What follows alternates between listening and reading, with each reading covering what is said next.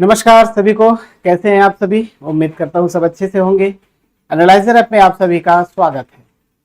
हम शुरू करने जा रहे हैं आज एक नया यूनिट। इससे पहले हमने जो यूनिट कंप्लीट किया था उससे संबंधित प्रश्न एमसीक्यू जैसा कि एग्जाम में पूछा जाता है वो सारे करा ली गई है। जैसे चाहे कथन कारण वाले प्रश्न हो, कूट चुनने वाले प्रश्न हो, क्रमबद्ध जमाने वाले प्रश्न हो या अंकित प्रश्न हो। अब ऐसा प्रैक्टिस आपका हो गया है कि एग्जाम में एक भी प्रश्न नहीं छूटेंगे। ठीक है, सभी को रिलैक्स होके बना के आइएगा, सारे प्रश्न बनेंगे। कंसेप्ट आपका क्लियर है। न्यूमेरिकल सारे टाइप के करा दिए गए हैं और अब एग्जाम में जो भी प्रश्न आपको देखने को मिलेंगे वो नए नहीं लगेंगे। और नहीं नए जब नहीं लगेंगे तो कॉन्फिडेंस आएगा अंदर से कि हमने ऐसे प्रश्न किए हुए हैं, ऐसे प्रश्न हम सॉल्व कर चुके हैं। तब आप क्या करेंगे, उसको डबल कॉन्फिडेंस के साथ बनाएंगे और वो प्रश्न बनेगा।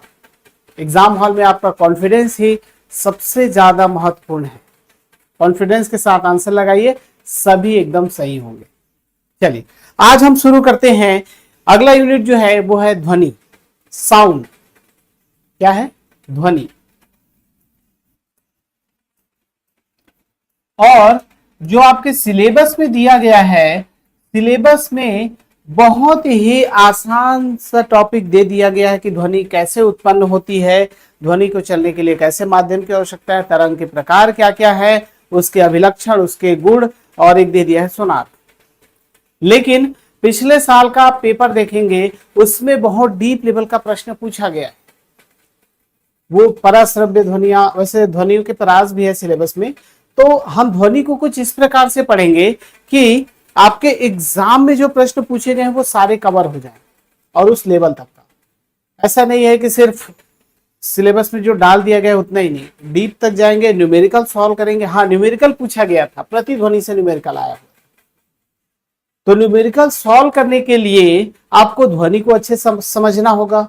ध्वनि अगर समझ में नहीं आएगा तो ध्वनि के न्यूमेरिकल भी नहीं बनने वाले हैं। और छोटे मोटे कुछ फॉर्मूला है उनको समझना जरूरी है। और अभी आप देख रहे होंगे व्यापम जो है ध्वनि से बहुत अच्छे स्तर का प्रश्न पूछ रहा है, इसलिए ध्वनि को समझना बहुत जरूरी है। ध्वनि अर्थात आवाज।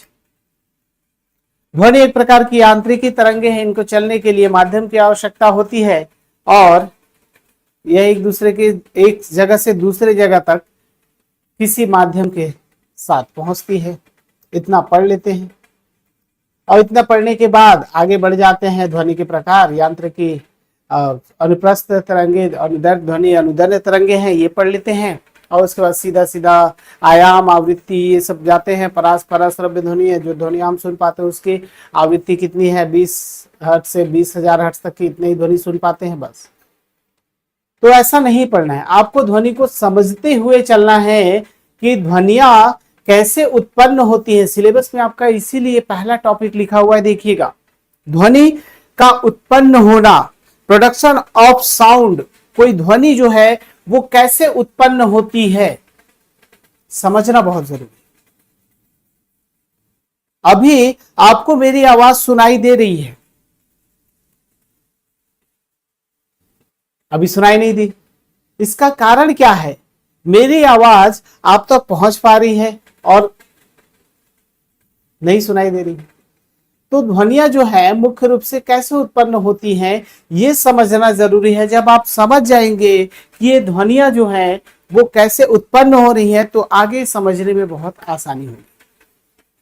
ठीक है, तो ध्वनि किसी वस्तु के कंपन से उत्पन्न होती है, चाहे वो गाड़ियों की ध्वनि हो, आपके आसपास चिड़ियों की चहचहाहट हो, पेड़ पौधे की सरसराहट हो, हवा में भी तो ध्वनि होती है। हवा की जो साउंड है, ध्वनि है, वो भी सुनाई देती है, सरसराहट।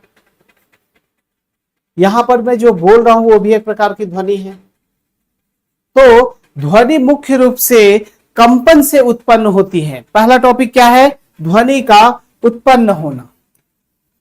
सिलेबस भी रखिए प्रिंट करा के, ध्वनि का उत्पन्न होना। ध्वनि जो है मुख्य रूप से कैसे उत्पन्न होती हैं। तो मैंने सबसे पहला पॉइंट बताया कि ध्वनि किसी वस्तु में कंपन से उत्पन्न होती है। अब जब तक किसी वस्तु में कंपन नहीं होगा कोई ध्वनि हमें सुनाई नहीं देगी। क्या? कंपन। ध्वनि की उत्पन्न होने के लिए जो सबसे महत्वपूर्ण भाग है वह कंपन है, और यह कंपन अलग अलग वस्तुओं में अलग अलग उत्पन्न होती है, और यह कंपन वस्तुओं के कणों पर डिपेंड करती है कि कोई वस्तु कितना कठोर है, कोई वस्तु कितना नरम है। देखिए अभी जो मैं बोल रहा हूं वो गले के साउंड से, गले में वाइब्रेशन हो रहा है, उसके बाद मेरी आवाज आप तक पहुंच पा रही है। वैसे आप तक जो पहुंच पा रही है वो है कि मेरे मुंह से ध्वनियां निकल रही हैं, वो ध्वनियां इस माइक्रोफोन के माध्यम से विद्युत तरंगे में बदल रही हैं और आपके फोन तक पहुंच रही है। फोन में पहुंचने के बाद वहां पर आपके फोन पर स्पीकर लगा हुआ है जो कि विद्युत तरंगों को ध्वनि तरंगों में बदल देता है और आपको ध्वनियां सुनाई देती हैं। क्या आपने कभी सोचा है कि जो मेरी आवाज है वो आपको मोबाइल पे थोड़ा सुनाई दे रही होंगी? यही अगर आप बड़े स्पीकर पर चलाएं तो ज्यादा सुनाई देगी, डीजे पर चलाएं तो और ज्यादा सुनाई देगी। मेरी आवाज ने कोई गीत ही ले लीजिए, या और बहुत बड़े डीजे स्पीकर ले लिया जाए तो और ज्यादा सुनाई देगी। तो आवाज तो उतनी ही है। ऐसा क्या हो रहा है कि वह गाना, वह आवाज बहुत दूर तक जा रहा है, बड़े स्पीकर लगाने पे बहुत आवाज आने लगी? तो उसका मुख्य कारण यही कंपन है। ठीक है, जो आपस में कंपन हो रही है, अणु जो कण है वो आपस में, वायु के कण आपस में कंपन हो रहे हैं, उसी कंपनों के आधार पर ध्वनि हमें सुनाई देती है। अगर यह कंपन ना हो तो ध्वनियां सुनाई नहीं देती हैं, और यह मुख्य रूप से पदार्थ के कणों के प्रत्यास्थता पर निर्भर करती है। प्रत्यास्थता अर्थात पदार्थ का वह गुण जिसके कारण वह अपने आकार या आकृति में परिवर्तन का विरोध करती है। जैसे कि आप किसी लोहे पर मारेंगे तो उसके कण आपस में अंदर ही अंदर कंपन करेंगे और एक तेज ध्वनि आपको सुनाई देगी। वही अगर आप हवा पे मारें, जैसे कोई हथौड़ा ले लीजिए, उस हथौड़े से आप लोहे को मारेंगे, लोहे से आवाज आएगा, लेकिन आप उसी हथौड़ा को हवा पे घुमाइए, नहीं आएगा। जब बहुत स्पीड से घुमाएंगे तब आपको एक सरसराहट सी आवाज आएगी। अर्थात इसका अर्थ ये हो रहा है कि जिस पदार्थ की प्रत्यास्थता अधिक होती है उसमें ध्वनि भी बहुत तेज सुनाई देती है। पदार्थ के कण जब आप हथौड़े से मारेंगे लोहे पर, लोहे से तेज आवाज आएगी, अर्थात उसके कण जल्दी से वाइब्रेट होंगे और कंपन करके दूसरे अणु में देंगे। पहला अणु, जैसे ये आपका एक कण है, ये दूसरा कण है, ये तीसरा कण है, ये चौथा कण है, तो ये कण क्या करेंगे, अपनी कंपन, ये वाइब्रेट करेंगे ऐसे, और वाइब्रेट करने के बाद इसमें ऊर्जा दे देंगे, यहां से भी वाइब्रेशन हो जाएगा, ये भी वाइब्रेट करेंगे, कंपन करेंगे, ये ऊर्जा इसको स्थानांतरित कर देगी, उसके बाद फिर यहां से, और ये फिर ऐसे। ठीक है, तो ये क्या करेंगे, अपनी ऊर्जा आगे वाले कण को देते जाते हैं, और ये जितने पास पास होंगे उतने ही तेज ध्वनि जो है हमें सुनाई देगी। ठोस, जैसे कि मैंने लोहा कहा, ठोस में ये बहुत पास होते हैं, बहुत पास होते हैं अपेक्षाकृत। आप गैस देखेंगे, जैसे कि मैंने हवा की बात कही, इसमें दूर दूर होंगे, इसीलिए आप हथौड़ी को हवा में घुमाएंगे, धीरे घुमाएंगे तो सुनाई ही नहीं देगी कुछ, लेकिन आप तेज घुमाने लगेंगे तो एक सरसराहट सी आवाज आपको सुनाई देगी, वो भी बहुत कम होगी। इस हथौड़े, जो हथौड़ा है उससे आप लोहे को मारेंगे उससे। तो ध्वनियों का आवाज, जो आवाज आती है, जो ध्वनियां होती हैं, वो मुख्य रूप से पदार्थों के कंपन के कारण होती है, उस पदार्थ के कणों के कंपन के कारण होती है। ये कंपन जितनी तेजी से होंगे उतने ही आवाज हमको अधिक सुनाई देती है। तो ये ध्वनियां उत्पन्न कैसे होती हैं, कंपित वस्तुओं के कारण। वैसे ये थ्योरी वाला पार्ट है, पीडीएफ में आपको सारी चीजें मिलेंगी और अच्छे से पढ़ लेंगे, समझ में आ जाएगा। ठीक है, तो मुख्य रूप से ध्वनियों के उत्पन्न होने का कारण क्या है, उस पदार्थ के कणों का कंपन। एक लाइन में याद रखिएगा, एग्जाम में इसको कथन और कारण के रूप से पूछा जा सकता है अगर थ्योरी वाला पार्ट है तो, कि ध्वनियां कैसे उत्पन्न होती हैं। आपको दे देगा एक कथन और एक कारण, और उसको दे देगा ए और आर सही है, ए और आर सही नहीं, इसकी सही व्याख्या है, सही व्याख्या नहीं है। ऐसी चीजें पूछे जा सकते हैं। तो इस प्रकार से पढ़िएगा इसे। ध्वनियों का उत्पन्न होना मुख्य रूप से पदार्थ के कणों के कंपन के कारण होता है। ठीक है, सिंपल सा जुड़ा हुआ है, इसीलिए आपको लिखा गया है कि ध्वनियों का उत्पन्न होना, इससे प्रश्न अगर आएगा तो ऐसे ही आएगा। इसके बाद ध्वनि हम तक कैसे पहुंचती है, दूसरा वहीं पर लिखा गया है, ध्वनि का हम तक पहुंचना। ये छोटा छोटा टॉपिक है, इसको आप बता देता हूं सिंपल भाषा में, समझ में आ जाएगा। हमको तो ध्वनि कहां तक पढ़नी है, जो एग्जाम में आया हुआ था न्यूमेरिकल प्रश्न, पराश्रव्य ध्वनियों से पूछा गया था, जब ध्वनियों के परास पढ़ेंगे तो उसको पढ़ लेंगे। तो एक लाइन में समझ में आ गया कि ध्वनियां कैसे उत्पन्न होती हैं। तो ध्वनियों के उत्पन्न होने का कारण, जो मुख्य कारण है, वह उस पदार्थ के कणों का कंपन है। जैसे वो कंपन करती है वैसे ही एक ऊर्जा निकलती है और वह ऊर्जा आगे स्थानांतरित होती जाती है। अब ये ध्वनियां हम तक कैसे पहुंचती हैं, मान के चलिए एक लोहे का पदार्थ है और इस पर आपने जोर से हथौड़ा मार दिया तो इससे एक साउंड निकलेगा, लेकिन ये साउंड हम तक कैसे आएगा, यहाँ के जो कण हैं वो आपस में तो वाइब्रेट हो गए, कंपन हो गए, कंपित हो गए और ये एक दूसरे को ऊर्जा स्थानांतरित करने लग गए, लेकिन ये ध्वनियां यही तक तो है, हमको तो अभी नहीं पहुंची है। तो ये ध्वनियां हमारे तक कैसे पहुंचेंगी। आप देखे होंगे कि आप जहां पर बैठे होंगे, आप जहां पर बैठे हैं वहां से 5 किलोमीटर दूर कोई आवाज होगा, कोई हथौड़ा मार रहा होगा, वो आपको सुनाई नहीं देगा, कंकड़ पत्थर का आवाज सुनाई नहीं देगा, कोई गाड़ी चल रहा होगा उसका सुनाई नहीं देगा। लेकिन आप सोचिए वायुयान जब ऊपर से गुजरती है दूर तक तो आपको सुनाई देता है, या फिर कोई प्लांट होगा आपके गांव के आसपास, तो उस प्लांट पे जो चिमनी से बॉयलर या चिमनी से जो आवाज आती है, बॉयलर से आवाज आती है, बॉयलर से जो आवाज आती है वो आवाज आपके कानों तक पहुंचती है, जबकि वो तो कई किलोमीटर दूर होती है। तो ये आवाजें आप तक कैसे पहुंचती हैं, जब वहां से कंपन उत्पन्न हो गया तो वो कंपन हमारे कानों तक कैसे पहुंचती है, इसका आंसर होगा किसी माध्यम के द्वारा। किसी माध्यम के द्वारा जब इस पदार्थ के कण वाइब्रेट हो जाते हैं, कंपित हो जाते हैं, तो ये अपनी ऊर्जा अंतिम में माध्यम को दे देते हैं, माध्यम को देते हैं। अब जैसे हम जो ध्वनियां सुनते हैं नॉर्मल, जो आप सुन पा रहे होंगे, जो आसपास की ध्वनियां सुनाई देती हैं, वो माध्यम क्या है, हवा है।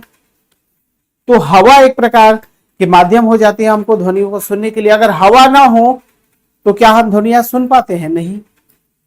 चंद्रमा पर देखे होंगे वहां हवा नहीं है, निर्वात होती है, वहां पर कोई एक दूसरे को बोले तो सुनाई नहीं देगी, वहां पर माइक्रोफोन और स्पीकर लगाया जाता है अंतरिक्ष यात्रियों को। तो इन ध्वनियों को चलने के लिए, अर्थात ध्वनि का हम तक पहुंचने के लिए, इन ध्वनियों को हम तक पहुंचने के लिए, हमें सुनाई देने के लिए किसी माध्यम की आवश्यकता होती है। और यह माध्यम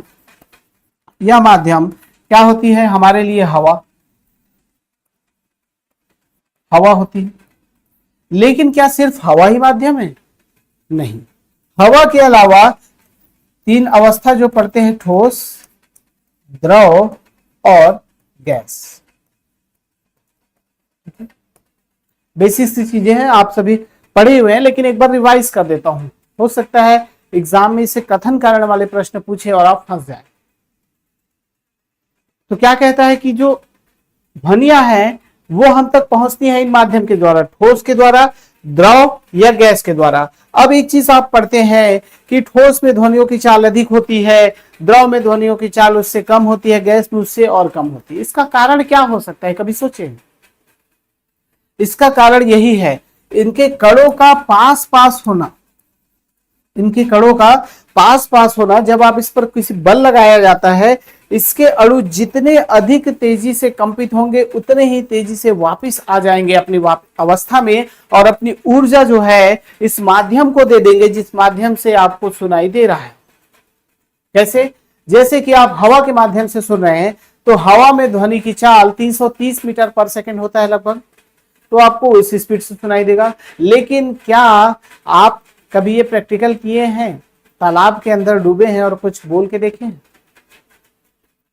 तालाब के अंदर कभी आप डूबिएगा अगर तालाब में नहाते होंगे तो। वैसे तो गांव एरिया से हैं तो सभी तालाब में नहर में जरूर नहाए, तो अगर नहीं किए होंगे ये प्रैक्टिकल तो एक बार करके देखिएगा कि जब आप पानी के अंदर जाएंगे वहां से फिर आवाज कीजिएगा कुछ, और वो आवाज आपको ना, जैसे यहां से जितने आवाज से मैं बोल रहा हूं, यहां से मान के चलिए आपको 50 मीटर तक सुनाई दिया, लेकिन आप जब पानी में उस आवाज को बोलेंगे तो वो लगभग 100 मीटर तक सुनाई देगा। अर्थात देखिए, हवा में जो कण होते हैं, हवा के जो कण होते हैं वो थोड़ा दूर दूर होते हैं, ठीक है, थोड़ा दूर दूर होंगे, ऊर्जा का स्थानांतरण थोड़ा कम होगा, समय लेगा।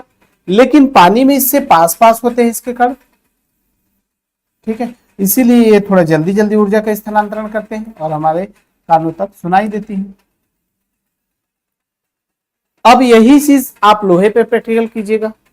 कई जगह पाइप बिछे होते हैं लोहे के, ये नहीं बोल रहा आपको, ये नहीं बोला जा रहा है कि आप एक लोहा है उस लोहे को हथौड़े से मारेंगे आपको सुनाई देगा।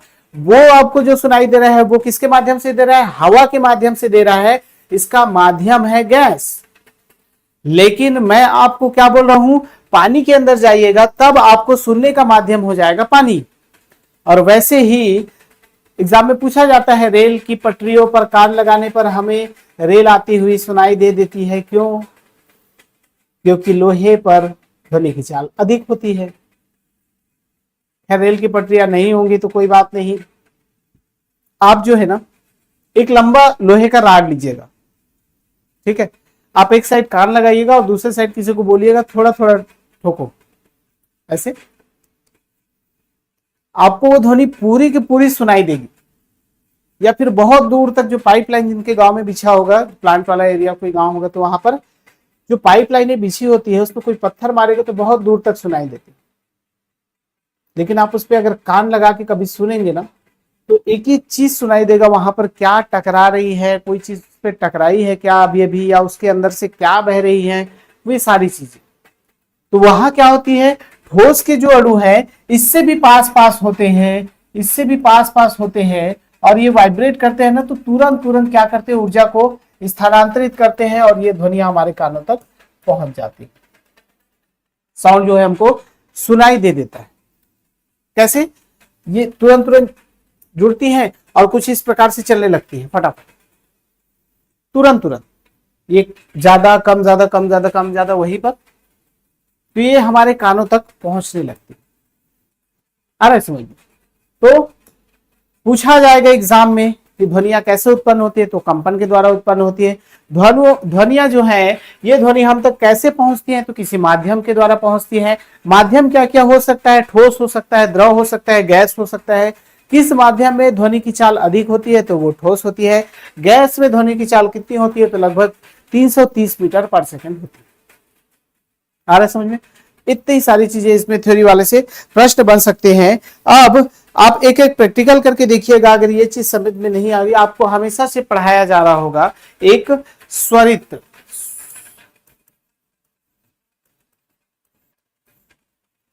सुने होंगे ये नाम, स्वरित्र, ट्यूनिंग फॉग बोलते हैं इंग्लिश में, ट्यूनिंग फॉग।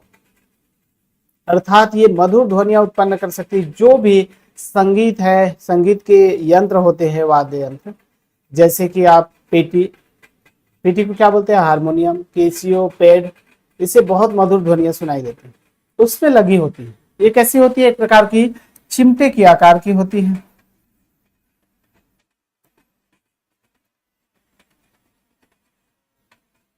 कुछ इस प्रकार से होती है, ये लगी होती है, और यही आपस में क्या करती हैं, इधर टकराती है, बाई दाई, इधर टकराती है, इधर टकराती है, इधर, ठीक है। ऐसे ऐसे चिमटा देखिए, घर में आपके यहाँ खाना बनाती होंगी मम्मी जी, तो वहां पर चिमटा रहता है, तो चिमटी वैसे टाइप की रहती है, चिमटी को देखिएगा ना, ऐसे ऐसे कीजिएगा तो उससे साउंड निकलते हैं।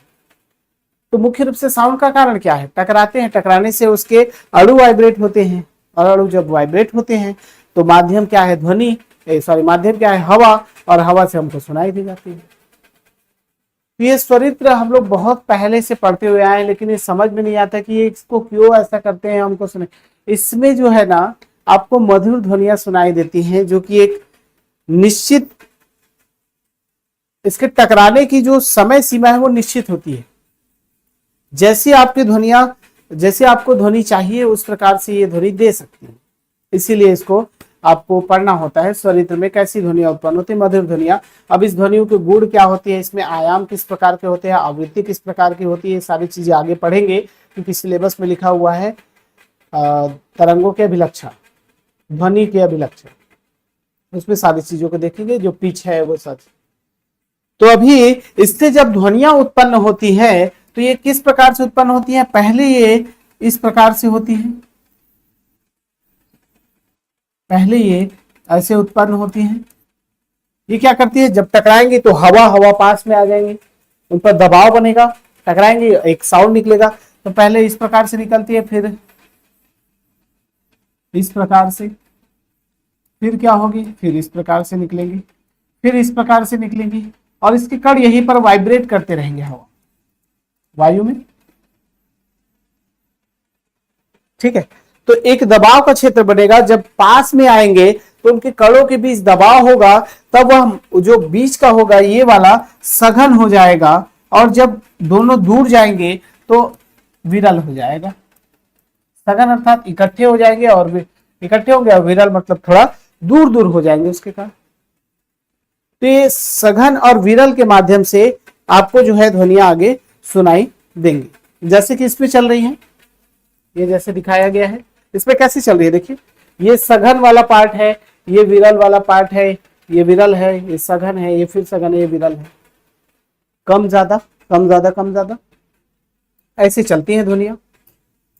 तो जब इस प्रकार से चलती हैं तो ऊर्जा उसमें सघन और विरल के माध्यम से आगे बढ़ने लगती है। इसी को कहा जाता है, सघन और विरल हम प्रकाश में पढ़ते हैं, इसमें सघन को बोला जाता है संपीड़न, संपीड़न, और इसको बोला जाता है विरलन। सघन और विरलन, संपीड़न और विरलन। कंप्रेशन बोला जाता है, और इसको बोला जाता है विरलन को रिफ्लेक्शन, रेफ्रैक्शन। तो संपीड़न जहां पर उसके अणु, कण के अणु पास पास होंगे वो होगा संपीड़न, जहां दूर दूर होंगे, जगह ज्यादा होगा, वहां होगा विरलन। कभी कभी रेडियो देखे होंगे, फ्रीक्वेंसी प्रॉपर नहीं मिल पाती है तो कम ज्यादा सुनाई देता है, वही है सघन और विरल, उसमें फ्रीक्वेंसी की वजह से होता है। लेकिन अगर आप किसी तालाब के किनारे बैठे होंगे, हवा चल रही होगी, कुछ आवाज आपको अचानक से ज्यादा सुनाई देंगी, कुछ आवाज आपको कम देंगी सुनाई, तो वो उसी की वजह से होता है, हवा के दबाव की वजह से, उसके आपस के कण जुड़ते हैं फिर अलग। ठीक है, तो संपीड़न और विरलन बहुत ही अच्छे से समझना है आपको। उम्मीद करता हूं समझ में आ रहा होगा। जहां पर सघन होंगे माध्यम के कण, वहां पर संपीड़न बनेगा, जहां दूर दूर होंगे वहां पर विरलन जैसी स्थिति उत्पन्न होगी। ठीक है, तो इसमें भी वही चीजें होती है, एक बार सघन बनती है, एक बार विरल, और यही ध्वनियां जो है हमको सुनाई देती है, हमारे कानों तक पहुंचती है। मधुर ध्वनियां इसलिए निकलती है क्योंकि एक निश्चित वेग से बाहर निकाली जाती है, और जैसे कि आप हारमोनियम देखे होंगे, हारमोनियम में बहुत ही अच्छी मधुर ध्वनियां सुनाई देती है, वो उसी की वजह से, किसके कारण, स्वरित्र के कारण। अब ट्यूनिंग क्या बोलते हैं, अ ट्यूनिंग फॉर्क,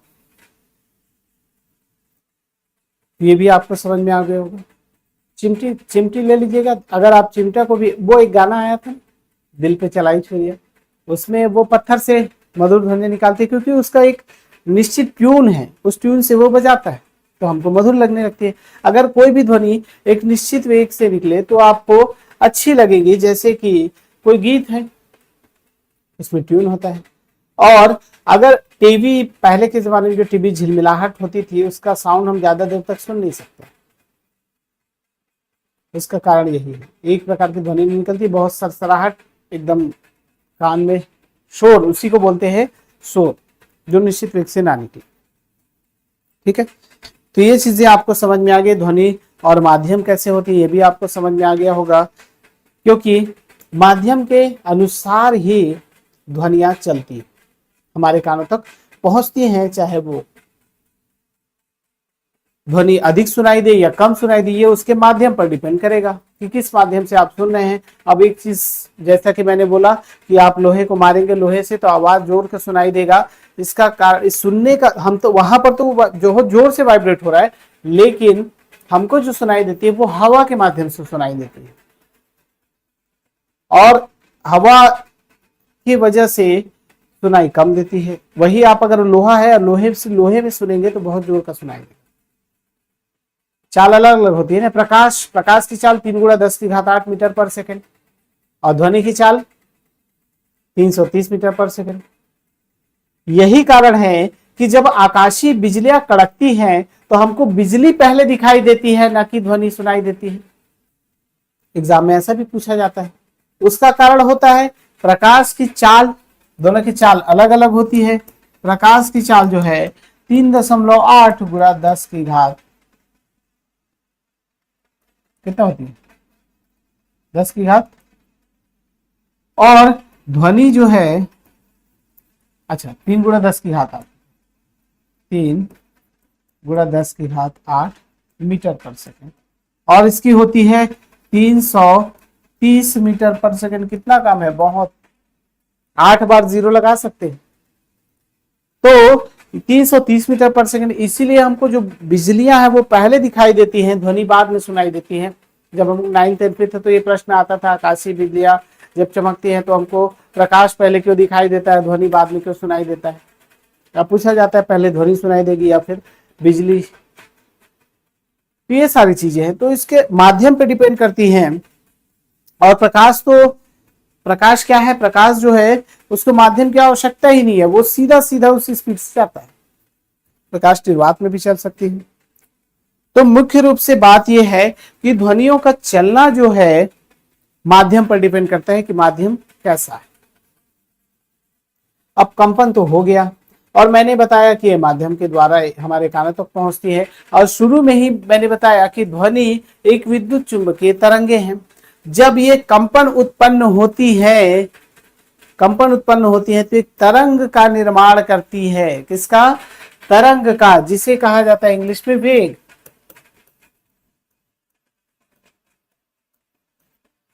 हम इसको इसलिए समझ नहीं पाते हैं ध्वनि तरंगों के, क्योंकि हमको शुरू से ही पढ़ाया जाता है आप तालाब के पत्थर मारिए, वहां जो तरंग उत्पन्न होगी वो क्या होगी, वही तरंग है। अब उसी को जोड़ के बता दिया जाता है कि आपको ध्वनि तरंगे पढ़नी है। ध्वनि तरंगे एक तालाब है, इसमें जब आप पत्थर मारते हैं यहाँ पर तो ये तरंगे कुछ इस प्रकार से उत्पन्न होती है, चारों तरफ फैलती है, और ध्वनि तरंगों को हम इसी माध्यम में ले लेते हैं।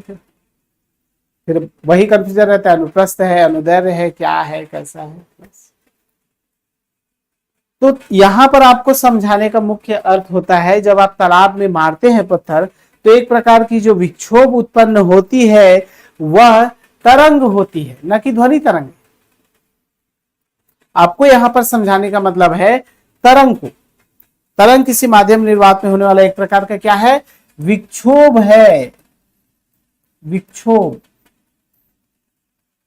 डिस्टरबेंस, या इसी को हलचल कह सकते हैं। हलचल डिस्टरबेंस है। जब आप तालाब में पत्थर मारेंगे, उसके जो तालाब में एक लहरें उठेंगी और वो लहरें इस प्रकार से आगे तक बढ़ेंगी, एक प्रकार की हलचल है, विक्षोभ है, जो बिना कणों के वास्तविक स्थानांतरण के अपने ही जगह पर आगे पीछे होती हैं और ऊर्जा का स्थानांतरण करते जाती हैं। जैसे कि आप एक रस्सी लीजिए, उस रस्सी को किसी पेड़ से बांध दीजिए, और उस लंबा रस्सी लीजिएगा, एकदम छोटा नहीं, लंबा रस्सी लीजिए। अब उसको आप जब ऐसे ऐसे करेंगे तो एक तरंग उत्पन्न होगी, ठीक है, तरंग उत्पन्न होगी। तो वो क्या होंगी, उसके कण तो वहीं पर रहेंगे, लेकिन वो एक ऊर्जा का स्थानांतरण करते हुए आगे बढ़ते हैं। उसके जो हलचल होगा वो इस प्रकार से होगी, इस प्रकार से आगे बढ़ती जाएंगी, और जैसे जैसे आगे बढ़ते जाएंगी ये ऊर्जा का स्थानांतरण करते हुए जाती हैं। जैसे कि आप उसी रस्सी को अगर छोड़ दे और किसी के ऊपर पड़े तो बहुत जोर का लगेगा, क्योंकि उसके अंदर ऊर्जा होती है। माध्यम के कण जब कंपित होते हैं, विक्षोभ उत्पन्न होता है, तो वो ऊर्जा का स्थानांतरण करते हुए आगे बढ़ते हैं, ठीक है। तो क्या होगा, तरंगे क्या है, एक प्रकार के विक्षोभ है जो अपने ही स्थान पर कंपित होते हैं और ऊर्जा का स्थानांतरण करते हैं। इसके लिए मुख्य जो बातें हैं तरंगों के लिए, कौन कौन सी बातें हैं उसको देख लेते हैं। पहला जो है तरंगों के लिए विक्षोभ, तरंग के लिए विक्षोभ, हलचल उत्पन्न होना बहुत जरूरी है, विक्षोभ का संचार होना जरूरी है। तरंग एक प्रकार का विक्षोभ होता है, डिस्टरबेंस होता है जो ऊर्जा को एक स्थान से दूसरे स्थान तक लेकर जाता है। ठीक है, दूसरा जो बात है, दूसरा माध्यम की आवश्यकता। इन विक्षोभों के चलने के लिए क्या चाहिए, माध्यम चाहिए। पानी में जब माध्यम की आवश्यकता, पानी में जब कोई विक्षोभ उत्पन्न होता है तो उनको चलने के लिए एक माध्यम की आवश्यकता होती है। जब कोई कण कंपित होते हैं तब उनको आगे सुना, उनके ऊर्जा के स्थानांतरण के किसी न किसी माध्यम की आवश्यकता होगी। तो तरंग के लिए सबसे जरूरी बात है विक्षोभ, हलचल उत्पन्न होना, उसके बाद माध्यम की आवश्यकता ताकि वो तरंग आगे बढ़ सके। इसके बाद एक चीज और मिलती है, ये तरंगे जो है निर्वात में भी संभव होती है। निर्वात में भी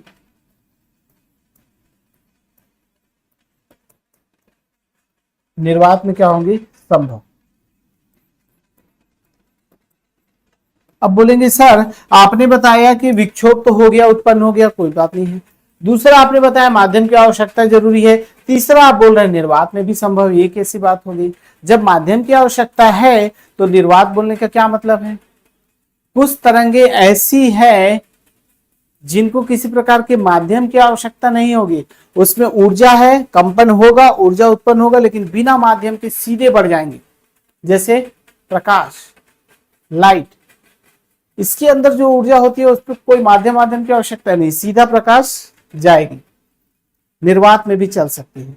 तो कुछ ऐसे भी तरंगे हैं जो माध्यम, जिनको चलने के लिए माध्यम की आवश्यकता होती है, और कुछ तरंगे ऐसे भी है जिनको चलने के लिए माध्यम की आवश्यकता नहीं होती है। जैसे कि मैंने शांत जल का उदाहरण दिया, अगर शांत जल में पत्थर मारेंगे तो विक्षोभ उत्पन्न होगा। वो विक्षोभ किसके माध्यम से जाएगा, उस जल के माध्यम से जाएगा, तालाब के पानी के माध्यम से जाएगा।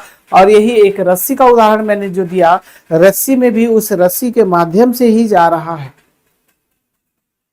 तो माध्यम की आवश्यकता है। निर्वात में किसी प्रकार की प्रकाश अगर कोई चल सकती है, तरंग चल सकती है, तो वो है प्रकाश तरंगे। प्रकाश तरंगे निर्वात में चल सकती है, विद्युत चुंबकीय तरंगे। ये सब मैं जो नाम ले रहा हूं ना, ये आगे पढ़ेंगे, अभी तो आपको समझ में नहीं। अभी सिर्फ तरंग समझिए। तरंग एक प्रकार का विक्षोभ है जिनको चलने के लिए माध्यम की आवश्यकता होती है, और ये एक कण दूसरे कण को अपनी ऊर्जा स्थानांतरित करते हैं, अपनी जगह पर ऊपर नीचे या फिर दाएं बाएं होते हैं और अपनी ऊर्जा को आगे स्थानांतरित करते हुए जाते हैं। निर्वात में भी इनका चलन संभव है। अब मैंने क्या कहा, ये जो कण है, कण क्या करते हैं, ये कण जो है या तो इस प्रकार से गति करेंगे, जैसे ये कण ऐसे, जैसे यहां पर मान के चलिए एक कण ये है, दूसरा कण ये है, तो मान के चलिए इस दिशा में कण गति करेंगे तो इधर जाएगा एक बार, इधर आएगा एक बार, इधर जाएगा एक बार, इधर आएगा। तो ऐसे ऐसे कंपन करेंगे। ठीक है, ऐसे ऐसे कंपन करते हुए ये अपनी ऊर्जा किसको स्थानांतरित कर देंगे, इसको। या फिर एक कण यहां पर है, एक कण यहां पर है, ये ऊपर नीचे गति करेगा, ऊपर नीचे और ऊपर नीचे गति करते हुए इसको दे देगा ऊर्जा, और ये आगे बढ़ेगी। ठीक है, आगे नहीं बढ़ेगी, ये यहां इसको ऊर्जा मिल गई, फिर ये अपने वापस स्थिति में आ गई, फिर ये क्या करेगी, आगे उसी प्रकार से कण को कंपित करेगी और अपनी ऊर्जा स्थानांतरित करेगी।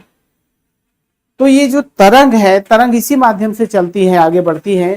तरंग में ऊर्जा का स्थानांतरण जो होता है इस कंपन के माध्यम से ही होता है। और तरंग को मुख्य रूप से दो आधार पर बांटा गया है। पहला, माध्यम की आवश्यकता के अनुसार कौन सी तरंगों को माध्यम की आवश्यकता होती है, जैसे कि मैंने पानी का उदाहरण दिया। दूसरा मैंने बताया प्रकाश, जिसको किसी प्रकार के माध्यम की आवश्यकता नहीं है। तो तरंग के प्रकारों को हम, टाइप्स ऑफ वेव को दो प्रकार से बांट सकते हैं। तरंग के प्रकार, मीडिएटर, माध्यम, माध्यम के आधार पर, माध्यम की आवश्यकता के आधार पर हम इसको जो बांट सकते हैं वह है कौन सी, यांत्रिकी तरंगे और दूसरे विद्युत चुंबकीय तरंगे। पहला जो है यांत्रिक तरंगे, मैकेनिकल वेव बोला जाता है, और दूसरा है विद्युत चुंबकीय तरंगे। विद्युत चुंबकीय तरंगे, इसको बोला जाता है इलेक्ट्रोमैग्नेटिक वेव। यांत्रिकी तरंगे और विद्युत चुंबकीय तरंगे, और इसके बाद माध्यम के कणों के गति के आधार पर जो बांटा जाता है वो होता है अनुप्रस्थ एवं अनुदैर्घ्य। तो पहले तो सबसे पहले आपको समझना है यांत्रिकी तरंगे क्या होती हैं, फिर विद्युत चुंबकीय तरंगे क्या होती है। मैंने कहा कि ध्वनि एक प्रकार की यांत्रिकी तरंगे हैं। शुरू में ही मैंने जब परिभाषा बताया कि ध्वनि एक यांत्रिक तरंग है जिसको चलने के लिए माध्यम की आवश्यकता होती है। तो यांत्रिकी तरंगे क्या होती हैं? माध्यम की आवश्यकता के आधार पर यांत्रिकी तरंगे होती है। यांत्रिकी तरंगों में माध्यम की आवश्यकता होती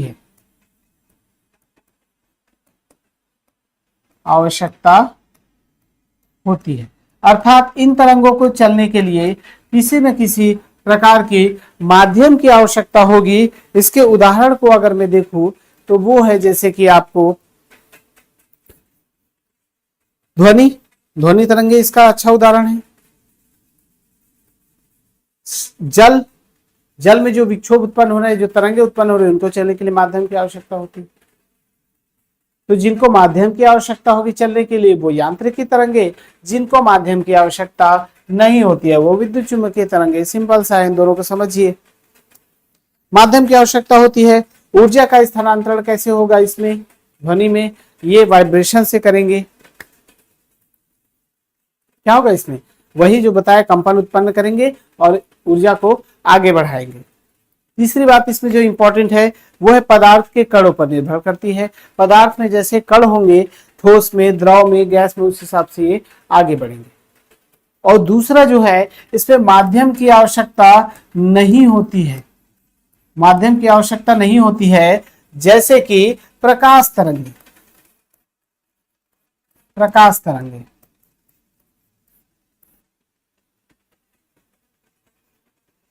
तरंगे कैसे होती हैं, इन्हें किसी प्रकार के माध्यम की आवश्यकता नहीं होती है। प्रकाश तरंगे दो प्रकार की तरंगों से बनी होती हैं। कौन कौन सी प्रकाश तरंगे देख लेते हैं। विद्युत चुंबकीय तरंगे जो मैंने बोला, इसमें दो शब्द आ रहे हैं, एक विद्युत आ रहा है और एक चुंबक आ रहा है। प्रकाश में यही दो होता है। क्या होगा, विद्युत तरंगे और दूसरे जो होंगे चुंबकीय तरंगे। बहुत ध्यान से समझिएगा, अगर ये नहीं समझ पाए तो आगे बहुत दिक्कत होगा विद्युत चुंबकीय तरंगों को समझने के लिए।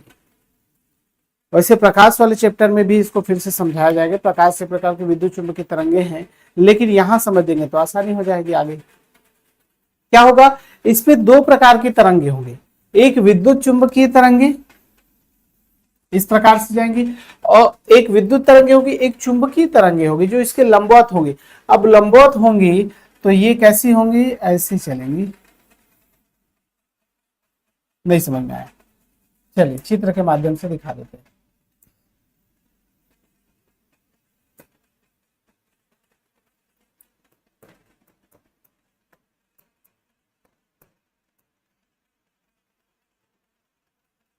ये कैसी होती है,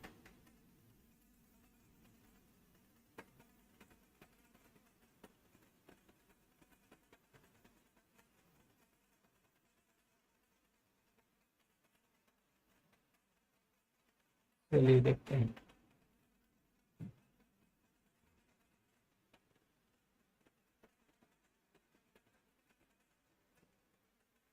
ये क्या करती है, विद्युत तरंगे और चुंबकीय तरंगे एक दूसरे के लंबवत होती है, एक ऐसे ऐसे चलेंगी और दूसरी ऐसे ऐसे चलेंगी, और इन्हीं के बीच क्या होगा, फोटान होगा और उस फोटान से ऊर्जा जो है आगे बढ़ती हुई जाती है।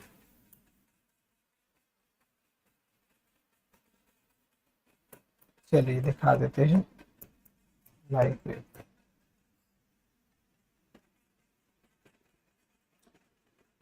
ये देख पा रहे हैं? चलिए इसको देखिएगा।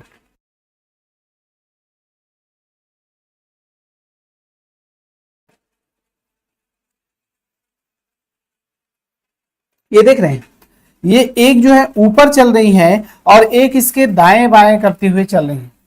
ठीक है, तो ये जो चुंबकीय तरंगे हैं वो इस प्रकार से चल रही हैं और विद्युत जो तरंगे हैं वो ऐसी चल रही हैं और इन्हीं के बीच फोटान होता है। ये क्या करता है, ऊर्जा को पकड़ के रखता है, ऊर्जा को आगे लेते हुए जाता है। तो इसमें किसी प्रकार के कोई माध्यम की आवश्यकता नहीं होती है ऐसी तरंगों को चलने के लिए। और यही होती है, जब ये ऐसी तरंगे मिलती है तो उनको कहा जाता है विद्युत चुंबकीय तरंगे। यांत्रिकी तरंगों में चलने के लिए माध्यम की आवश्यकता, विद्युत चुंबकीय तरंगों के लिए किसी प्रकार के माध्यम की आवश्यकता नहीं है। ये निर्वात में भी चल सकती है और निर्वात में इनकी चाल 3 × 10⁸ मीटर पर सेकेंड। आ रहा है समझ में?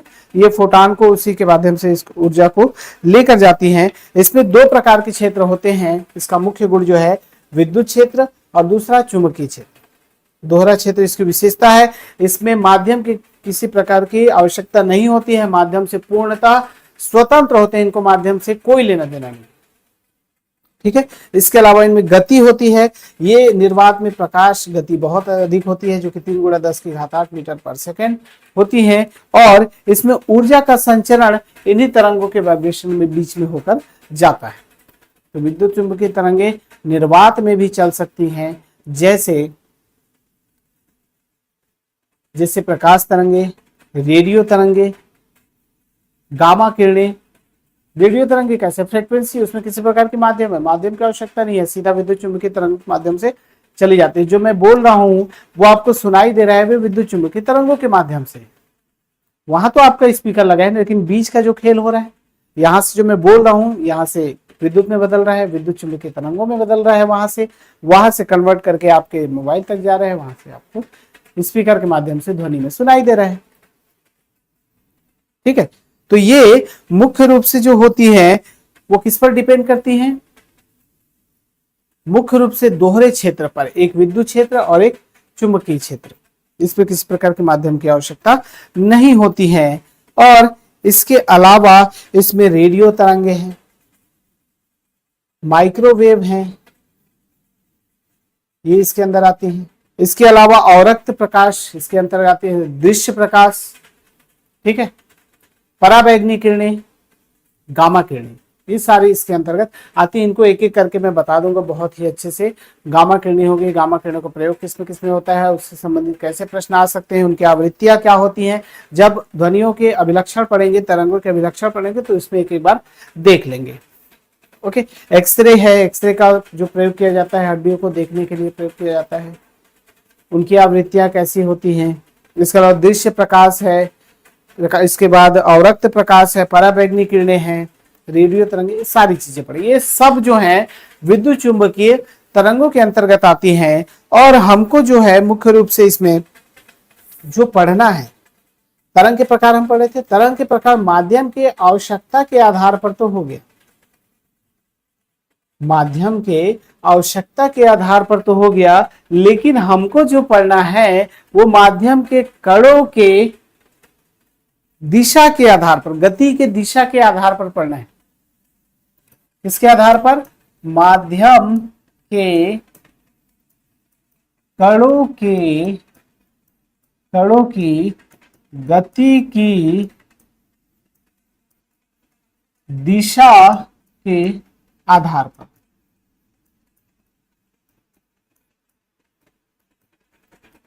तरंग के प्रकार कौन कौन से होते हैं? पहला, इसमें जो पहला है वो क्या है? अनुप्रस्थ तरंगे। अनुप्रस्थ तरंगे। दूसरा जो है, दूसरा अनुदैर्ध्य तरंगे।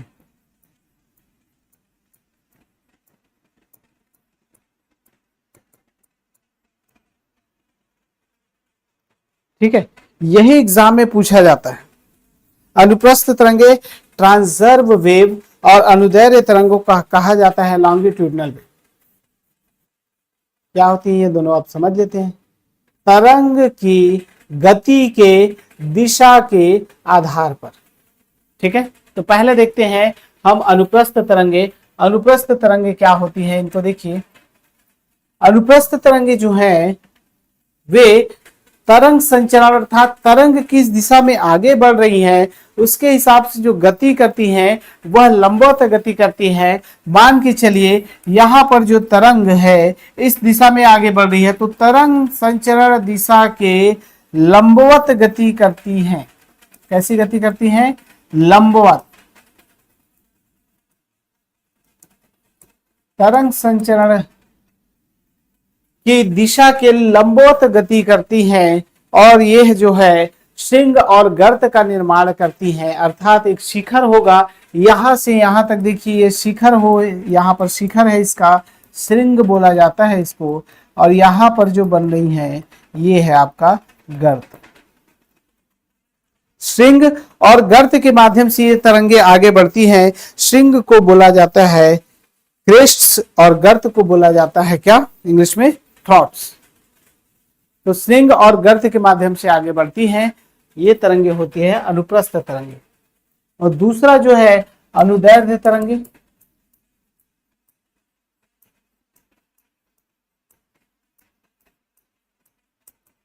अनुदैर्ध्य तरंगे लॉन्गिट्यूडिनल वेव, तरंग संचरण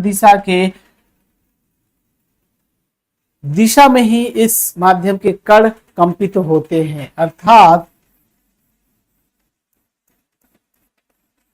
ये बनाऊंगा तो समझ में नहीं आ सकता है, लेकिन जब दिखाऊंगा तो वो समझ में आ जाए। कैसे?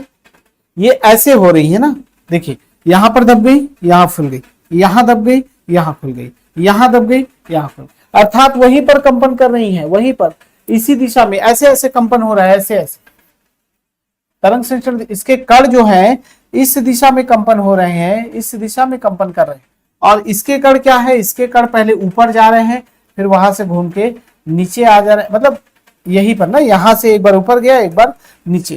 तरंग संचरण की दिशा के लंबवत गति करते हैं, तब होता है अनुप्रस्थ तरंगे। और तरंग संचरण की दिशा में ही कंपन जब होता है वो होता है अनुदैर्ध्य तरंग। अब इसी में कंफ्यूज हो जाते हैं कि जब हम तालाब में फेंकते हैं, शुरू में पढ़ाया जाता है तरंग, ठीक है। अब तरंग को जब पढ़ाया जाता है तो तरंग एक प्रकार का विक्षोभ है। आप तालाब में एक पत्थर मारिए, वहां जो लहरें उत्पन्न होगी वह होंगी क्या? क्या होंगी? वो होंगी तरंगे। अब वहां पर अनुप्रस्थ तरंगे, अनुदैर्ध्य तरंगे पढ़ाई, जब ध्वनि पढ़ाया जाता है तो तरंग को समझाया जाता है। जब तालाब पर पत्थर मारते हैं तो वहां पर जो तरंग उत्पन्न होती है वो इस प्रकार से, और जब तरंग पढ़ते हैं तो तरंग को बोला जाता है अनुदैर्ध्य तरंग होती है। सॉरी, ध्वनि को जब बोला जाता है तो ध्वनि को कहा जाता है, ध्वनि एक प्रकार की अनुदैर्ध्य तरंग है। अर्थात इसमें जो माध्यम के कण है तरंग संचरण की दिशा समानांतर ही गति करते हैं। तो तालाब में ऐसे ऐसे कर रही है, आपको पढ़ाया जा रही है, तभी कंफ्यूज हो जाते हैं। वहां पर आपको सिर्फ विक्षोभ को समझाना होता है कि विक्षोभ कैसे लहरें उत्पन्न होती हैं। तालाब में जो उत्पन्न होती हैं वो अनुप्रस्थ तरंगे ही होती हैं, जो तरंग संचरण की दिशा के लंबवत गति करती हैं। आगे जब ध्वनि देखते हैं तो ध्वनि में इस प्रकार की तरंगे उत्पन्न होती है, ठीक है। तो अनुप्रस्थ तरंगे कहां पर उत्पन्न होती है? प्रकाश तरंगों पर उत्पन्न होती है। जितने भी विद्युत चुंबकीय तरंगों के नाम मैंने बताया वो सभी अनुप्रस्थ तरंगे होती है। और जितने भी इसके अलावा क्या है, पानी की सतह पर रस्सी को जब हिलाएंगे तो भूकंपीय तरंगे एस प्रकार की जो होती हैं, एस प्रकार की भूकंप तरंगे। कौन से प्रकार की? एस प्रकार पढ़ते हैं, एस और पी प्रकार। भूकंप वैसे सिलेबस में नहीं है, लेकिन फिर भी इसको थोड़ा सा बताएंगे। और ये होती है पी प्रकार की तरंग। पी प्रकार की तरंग ऐसी चलती हैं और एस प्रकार की तरंग ऐसी चलती है। तो एक चीज सोचिए आप, भूकंप में कौन सी तरंगों से ज्यादा नुकसान होगा? पृथ्वी के क्रोड है, नीचे है, वहां पर ऐसे ऐसे से ज्यादा हानि होगा कि ऐसे ऐसे से? जाहिर सी बात है, पृथ्वी ऐसे ऐसे करने लगे तो थोड़ा कम हानि होगी। और जब पृथ्वी ऊपर नीचे होने लगे तो बिल्डिंग गिर जाएंगी, बड़ी बड़ी जो बिल्डिंग बनी है गिर जाएंगी। तो वो तरंगे कौन सी होती हैं? इस प्रकार की तरंगे होती हैं। एग्जाम में पूछा भी जाता है कि कौन से प्रकार की भूकंपी तरंगों से, कौन से प्रकार की भूकंपी तरंगों से अधिक हानि होती है? तो इस प्रकार की। और यहां पर मैंने शुरू में ही बता दिया था, ये क्या है? विरलन है, विरलन है, और ये क्या है? संपीड़न है। इसमें ज्यादा कंफ्यूज होने की जरूरत नहीं है।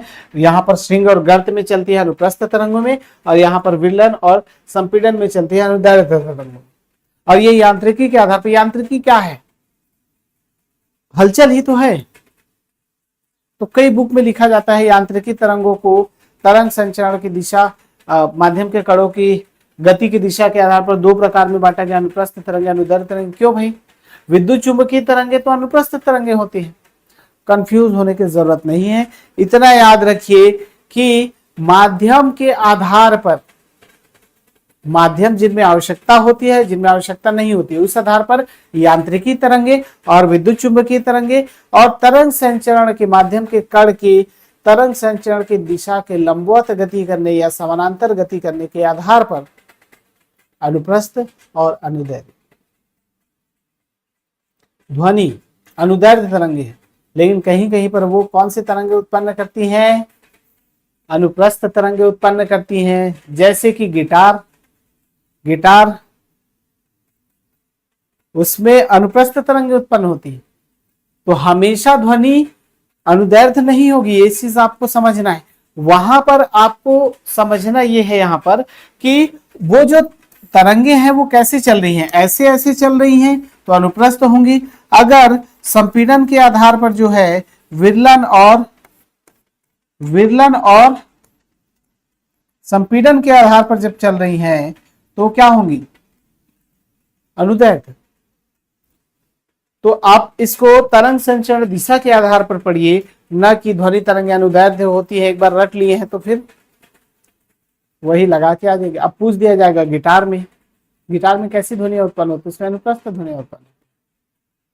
तो अनुप्रस्थ और अनुदैर्घ्य का जो खेल है वो इसके आधार पर है, इस ये श्रृंग और गर्त, संपीड़न और विरलन के आधार पर। आ रहा है समझ में? तो इसको उदाहरण में देखिए, भूकंपी तरंगे, स्प्रिंग को आप खींचेंगे फिर छोड़ेंगे, उसमें जो ध्वनियां उत्पन्न होंगी, तरंगे उत्पन्न होगी, वो कौन सी होगी? अनुदैर्घ्य तरंगे होंगी। तो मुख्य रूप से दिशा याद रखनी है, किस दिशा में। जब वो तरंग संचरण दिशा के लंबवत गति करे तो अनुप्रस्थ तरंग, और तरंग संचरण दिशा के समानांतर गति करे तो क्या होंगे? अनुदैर्घ्य तरंग। कौन गति करेगा? माध्यम के कण। अरे समझ। तो ये सब थ्योरी का पार्ट है, इसको समझना बहुत जरूरी था। एग्जाम में इससे प्रश्न पूछा जा सकता है, और इससे जो प्रश्न पूछा जाएगा ना, जैसे जिस प्रकार का प्रश्न आएगा वो तो हम एमसीक्यू में कवर करेंगे ही करेंगे। कथन कारण वाले पूछ सकते हैं इससे ज्यादा से ज्यादा, और क्या पूछेंगे? वही पूछेंगे, कथन और कारण वाले प्रश्न, कूट में चुनिए वाले प्रश्न। ज्यादा से ज्यादा ध्वनि की चाल पूछ ली जाएगी 330 मीटर पर सेकंड। अरे तो ऐसे प्रश्न पूछे जा सकते हैं, इसमें ज्यादा कोई डाउट वाली बात नहीं है। थ्योरी आपको पूरा पीडीएफ के माध्यम, देखिए जो यूनिट खत्म होता है ना उसके लास्ट वीडियो में आपको पीडीएफ मिलता है, वहां से जाके डाउनलोड कर लिया कीजिए। अरे समझ में। और ये नया यूनिट है, अभी स्टार्ट ध्वनि शुरू कर रहे हैं, इसमें पूरा डीप तक जाएंगे, अंतिम तक जहां से प्रश्न पूछा गया। तो आज यही समाप्त करते हैं आज की क्लास, और नेक्स्ट वीडियो में इसके आगे पढ़ेंगे। अभी तो बहुत सारी चीजें पढ़नी है इसमें। ठीक है, मिलते हैं नेक्स्ट वीडियो में, तब तक के लिए नमस्कार, जय हिंद।